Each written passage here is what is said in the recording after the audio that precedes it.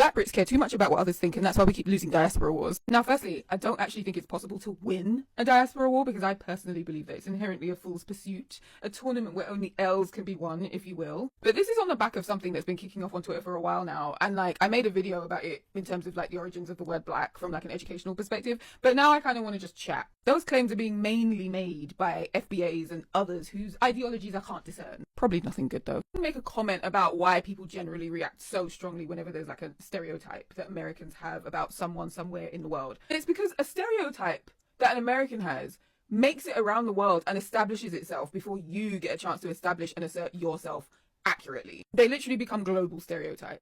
Even American societal stereotypes become global stereotypes. So this is why you might have, I don't know, a kid who is the child of Cameroonian immigrants and he's living in a random part of Lower Saxony and he's being stereotyped as a rapper by a white German. Getting to the actual point though, what I started this with, I'm going to ask and answer the question, why do Black Brits care so much? So firstly, there's like the education thing, right? For vast majority of Black history education in this country, through the mainstream systems anyway, it emphasizes Black American history, emphasis on the I have a dream speech, and not much else about Dr. Martin Luther King Jr.'s politics. As far as any mention of the slave trade is concerned, it's always from a point of moral superiority, especially compared to the Americans. It always leaves out the British slavery, or the majority of it. In fact, the very history of Black history being taught in the UK says a lot. Now on my other platform, I made a video actually about the history of Black History Month in this country, so if you fancy checking it out, the link is in my bio. But as you know, Black History Month started in the United States and gradually caught on across the country until it was formally recognised by President Gerald Ford in 1976.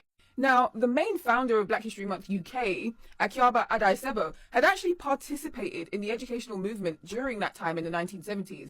The education system didn't simply omit Black history, it actively demeaned Black children. And who were the children and young people at this time? Gen X. So Gen X, who at that time would have been majority Caribbean descent, you'd have had a decent number of people of African descent, they were the first generation to be mostly either born and or raised and educated. I feel like they're a super interesting generation to look into as far as the formation of Black British identity. And I find that sometimes the conversation, because a large chunk of it happens on the internet. And so obviously the main participants are going to be millennials, Gen Z. And so yeah, it's ripe for recency bias. Anyway, Gen X's introduction to Black history was mainly through either Black American history and media or down to individual parental or community or activist efforts. So it wasn't consistent across the board. It was very dependent on individual factors.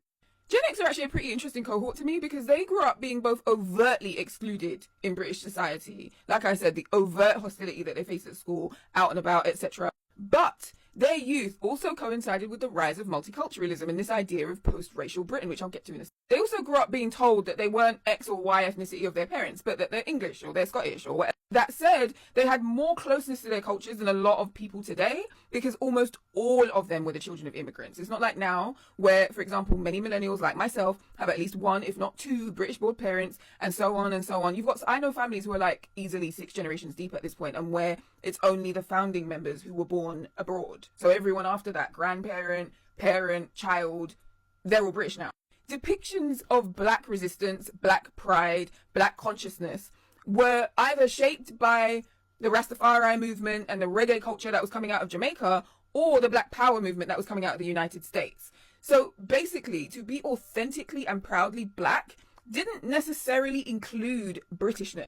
Gen X were also being told that racism had improved, right, compared to what their parents had gone through in terms of the abject hostility that they faced in the austerity of post-war Britain. And I don't just mean financial austerity, I mean societal austerity. It was a very cold and unyielding place. So the 80s, the 90s, and the 2000s saw the rise of multiculturalism. And I don't mean multiculturalism that you get organically when communities are living and breaking bread side by side. I mean the multiculturalism that policymakers, politicians, the media, and other institutional powers that be were able to latch onto. They were able to repurpose it rather perversely, right? Because it was like, on the one hand, it allowed them to not acknowledge racism, especially the racism they were perpetuating. But on the other hand, they were able to use it as a sign that race was no longer a factor. Black History Month became subsumed by this, avoiding anything disruptive, anything about the British Empire. Policy changes meant all of the supplementary schools all but vanished during the 2000s, and history also happens to be one of those subjects that just changes very slowly in this country. I also need to add that there were a decent number of people who were moving over during the 1980s, particularly Nigerians, who had missed a big chunk of the early decades of struggle, and who also didn't really show much curiosity into what had happened before their arrival. And unfortunately, this can trickle down to just a general assertion of, oh, there was no Black history, right? To be fair as well, any information is still hard to find, and it was definitely hard to find back then, again, because of the lack of mainstream education. As far as media, whether it's like fictional media, non-fictional media, documentaries, films, TV, it's quite recent that we've been seeing this much homegrown stuff. There are many who are probably still only in their 20s who can recall the bulk of their TV viewing being on things like Trouble and the BET and the Disney channels of this world. So we're several generations deep into this, and we're lucky because of things like social media, but we in Britain remain overwhelmingly lacking in a bare minimum level of knowledge and common understanding of our own history.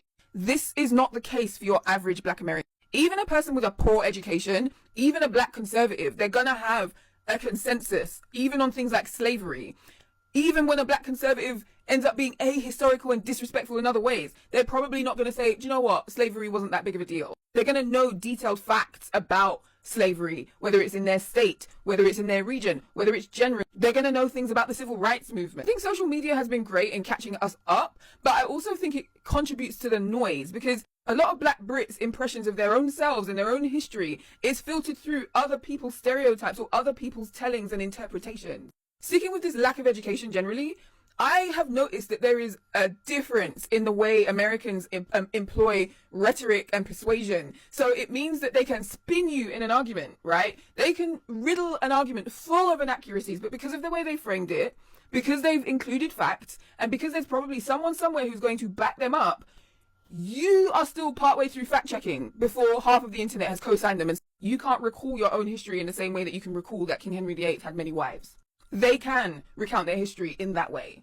So as far as the validation argument is concerned then, in some ways for many Black people in the UK, what consciousness looks like is indeed shaped by an interpretation of Black American consciousness. In fact, that is without a doubt. I cannot tell you how many people I've met over the years who are very pro-Black, know a lot about Black history, but they don't know anything about Black history, and they may not know that much about Black history happening in other places, but they definitely know about America. This is 100% a systemic issue, by the way. So, like, take, for example, the fact that Black Studies wasn't available as a university course until very recently, and the professor who teaches it, Kende Andrews, had to teach himself Black history. The other thing is he's not that old. He's a millennial.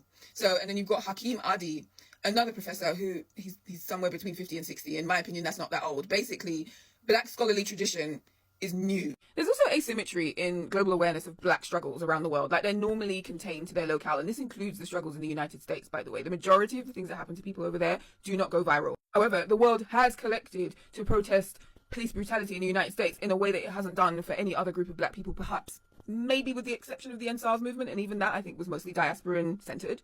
On the 14th of June 2020, for example, while everybody was protesting for the murder of George Floyd in the United States, in Devon, Simeon Francis, who is a biracial Black man, died in police custody.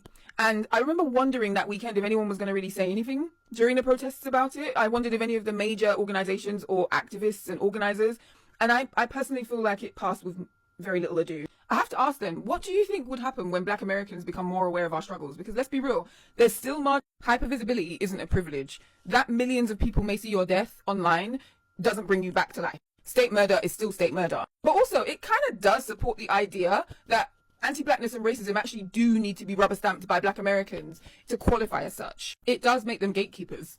I was watching this movie the other day, right? It was on Mubi. I'm trying to use up my free trial before it runs out.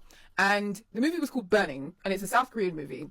And one of the characters was chatting and saying something about Chinese people or whatever. And basically she was saying, it's funny because everyone thinks that Koreans and Chinese people are similar because of Confucianism, but actually Chinese people are more similar to Americans because of how inward their societies are, how inwardly they look, whereas South Koreans tend to look outward and compare themselves constantly to other countries. It made me think about Western framing of China being this insular yet suspiciously powerful nation compared to America, where everyone is even shocked at how little they know about the rest of the world because of how exposed we are to them. And I think we project their exposure to us back onto them, if that makes sense. We kind of expect that if we know about the DMV, if we know about their regional accents, if we know that a place called Connecticut exists, surely they would know about us. Maybe if the world transferred some of that stereotype of insularity from China over to the States, we'd be able to manage our expectations a bit better. I think we're in a really interesting time in terms of access to Black UK education and history. And there are so many levels, from academic all the way to social media, all the way to common and casual conversations.